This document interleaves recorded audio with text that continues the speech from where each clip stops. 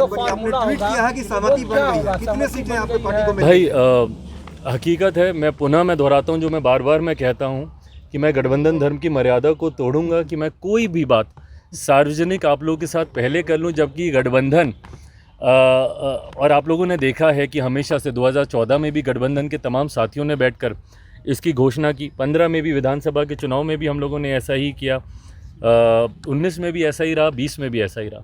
मुझे लगता है बहुत जल्द गठबंधन के तमाम साथी वो सब एक साथ बैठकर न सिर्फ सीटों की बल्कि सीटों का चयन भी हो चुका है, उसकी भी घोषणा हम सब साथ मिलकर करेंगे। हाजीपुर को लेकर हाजीपुर को लेकर के क्या है? एक चीज आ रही है कि जो दूसरा खेमा है आप लोगों का, क्या वो इस गठबंधन का हिस्सा है, क्या वो आपके कोटे में है या नहीं है? भाई मुझे नहीं पता कि वो गठबंधन का हिस्सा है नहीं है, ना ही वो मेरी चिंता में है।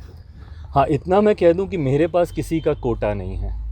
मेरी जो सीटें हैं वो सिर्फ मेरी हैं। गठबंधन में कौन है वो है कि नहीं, कौन है नहीं, बाकियों का तो मुझे पता ही है, वो है कि नहीं मुझे नहीं पता। बट हाँ, मेरे पास किसी के कोटे की सीटें नहीं हैं।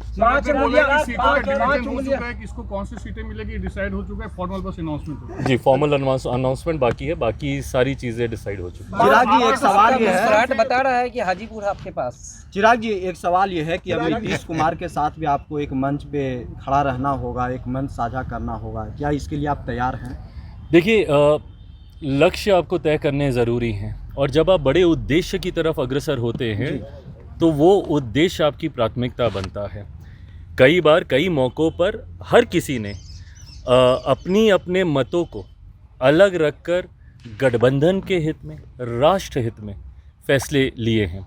ऐसे में आज की तारीख में जब मैंने कहा कि 40 की 40 सीटें जीतनी हैं, उसमें यकीनन भारतीय जनता पार्टी की एक अहम भूमिका है, मेरे मुख्यमंत्री नीतीश कुमार जी की, उनके पार्टी की एक अहम भूमिका है, लोक जनशक्ति पार्टी रामविलास की एक अहम भूमिका है, तमाम हमारे सहयोगी साथी इस गठबंधन के जितने भी और घटक दल हैं उन सब की एक अहम भूमिका है। ऐसे में हम सबको एक मंच पर आकर एकजुटता दिखाकर 40 की 40 सीटें हम लोग जीते, उस ओर हम लोग को कार्य करना होगा, और तभी हम लोग 400 का जो लक्ष्य है उसको हम लोग पूरा कर पाएंगे। आरजेडी आप लोगों को बुला रही है अभी भी या पूरा खत्म हो चुका है? जमुई से बहुत लोग पूछ रहे हैं, कह रहे हैं कि इस बार क्या हमारे नेता जमुई को रिप्रेजेंट करेंगे या नहीं करेंगे? 14 ये अब क्योंकि अब सीटों का बंटवारा हुआ है, और बहुत खूबसूरती से आपने प्रश्न पूछा था कि पता चल जाए कि मेरे पास कौन कौन सी सीटें हैं। बट हाँ, जो भी सीटें लोक जनशक्ति पार्टी रामविलास के पास आई हैं उनमें कौन प्रत्याशी होगा ये पार्टी बैठकर इसका फैसला लेगी, पार्टी का संसदीय बोर्ड इसका फैसला लेगा, और वो भी मुझे लगता है it's just a matter of time, because अब अधिसूचना मुझे लगता है जल्द आएगी, तो बहुत जल्द ये सारी बातें भी साझा की जाएंगी।